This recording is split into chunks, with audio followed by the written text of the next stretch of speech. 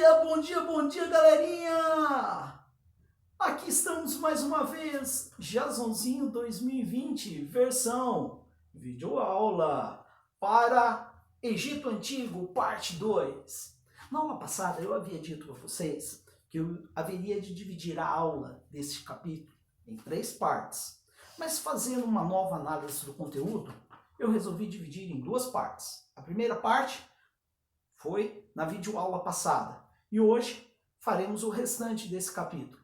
O capítulo 5 da nossa apostila. Ok?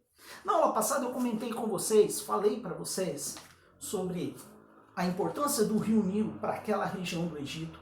Falei sobre o surgimento de povos que praticamente tomaram conta daquela região. Falei também sobre o surgimento da autoridade maior, que era o faraó, e a importância dele, principalmente no aspecto teocrático. Argumentamos também um pouquinho como era dividida a sociedade egípcia. E hoje, nessa aula, nós vamos falar principalmente da religião egípcia, falaremos um pouquinho sobre a sua arquitetura, como tudo foi descoberto, e também falaremos sobre algumas nações que foram dominados pelos egípcios e em um determinado momento da história. O que aconteceu? Eles dominaram os egípcios. Ok? Mas primeiro, vamos lá. Vamos falar um pouquinho sobre a religião egípcia. Como era a religião egípcia? Os egípcios, eles acreditavam em uma forma muito peculiar em relação aos seus deuses. Eles diziam que os seus deuses, para serem fortes, para terem uma presença, eles deveriam ter características humanas e de animais. Como assim, professor? Se vocês abrirem a apostila, lá no nosso capítulo 5, vocês vão reparar lá algumas imagens de alguns deuses egípcios. E esses deuses egípcios, eles têm, por exemplo, o corpo de humano e a cabeça de animal.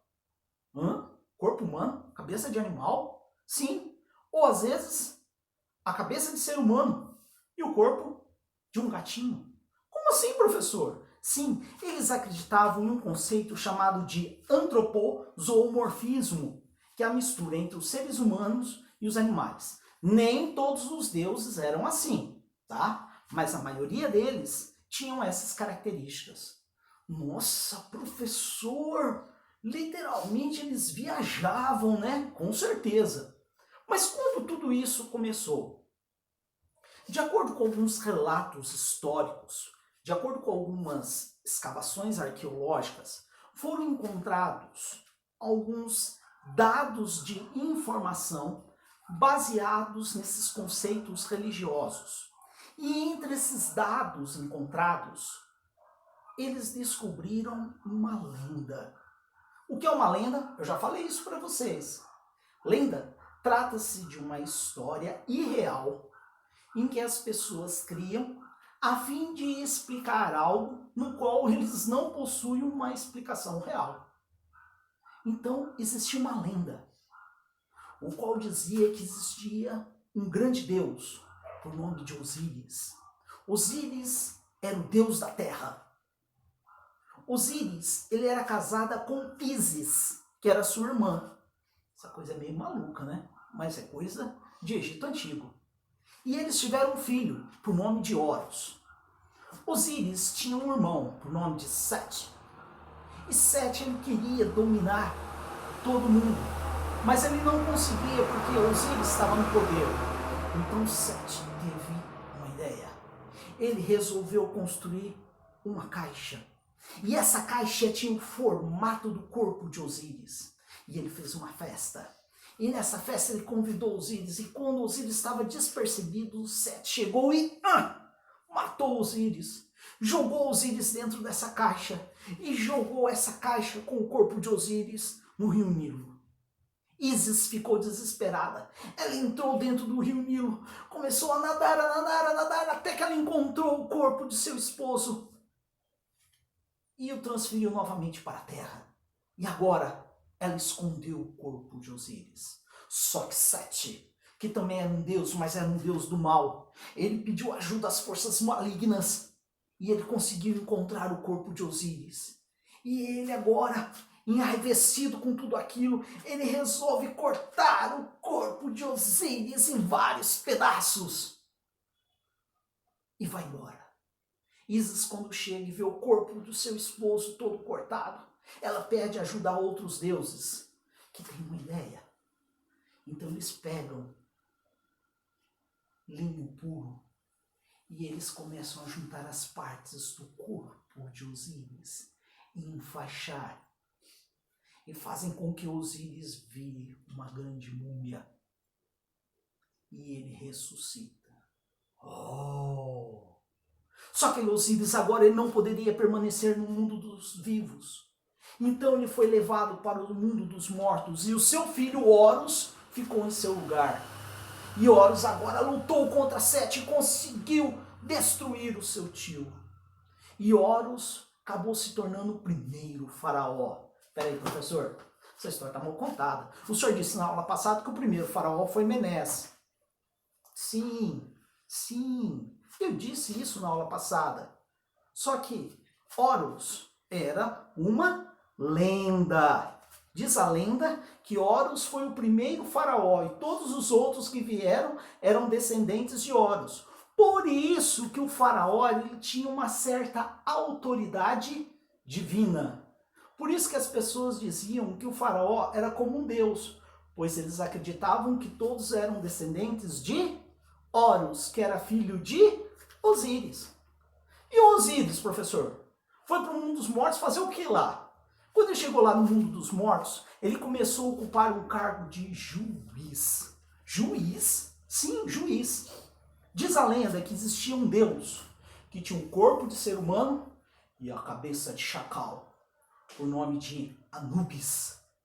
Quando uma pessoa morria, Anubis pegava essa pessoa e levava até a presença de Osíris. E aquela pessoa ia passar por um julgamento. Então, pegava-se o coração dessa pessoa e colocava ela numa balança. O coração, ela estava morta mesmo, pegava o coração dela e colocava na balança. De um lado da balança ficava o coração, do outro lado pegava-se uma pena de uma deusa que tinha o formato de uma ave, era a deusa Maat. Do outro lado da balança então colocava uma pluma da deusa Maat. Se o coração fosse mais pesado que a pluma, isso significava que ele foi uma pessoa muito má. Agora, se o coração fosse leve, e a pluma mais pesada, isso significava que aquela pessoa tinha sido muito boa na vida. Se ela foi boa, ela teria livre acesso e poderia entrar no mundo dos mortos. Mas se ela tivesse o coração pesado, ela teria até o direito de tentar ser julgada e absolvida. Mas na maioria das vezes ela não era absolvida. E ela deveria sofrer o castigo de Osíris. E o seu coração deveria ser devorado pelo deus Amite. Amite? Sim, o deus Amite. O deus Amite, ele tinha o traseiro de um rinoceronte. Que imagem horrorosa. O corpo de um leão. E a cabeça de um crocodilo. Nossa, professor. Ainda bem que é uma lenda, né? Mas baseado nesses fatos, nesses relatos, dessa forma foi se desenvolvendo dentro da sociedade egípcia um conceito religioso. E esse conceito religioso acabou dominando a mente de todos do Egito Antigo. Por isso, as grandes pirâmides. Por isso que no Egito Antigo, praticamente os túmulos eram verdadeiras obras de arte. Obras de arte, professor. Por quê? Olha que coisa interessante. Os egípcios, eles acreditavam na vida após a morte. Eles acreditavam que essa vida era apenas uma passagem. Que as pessoas elas deveriam ser boas, que elas deveriam conter riquezas, e quando elas morriam, o seu corpo deveria ir intacto a sepultura, e juntamente com o seu corpo deveria ir junto todas as suas riquezas. Por quê? Na vida após a morte, no mundo dos mortos, a pessoa iria usar todas as suas riquezas. Eles acreditavam nisso, né? Fazer o quê? Cada um com a sua crença. Mas era dessa forma que eles pensavam. Então, por isso que as grandes pirâmides, que eram gigantescas construções, eram verdadeiros túmulos, onde ali o faraó, após a sua morte, ele passava por um processo de mumificação. Ele era ali mumificado, daqui a pouco eu vou falar como era esse processo.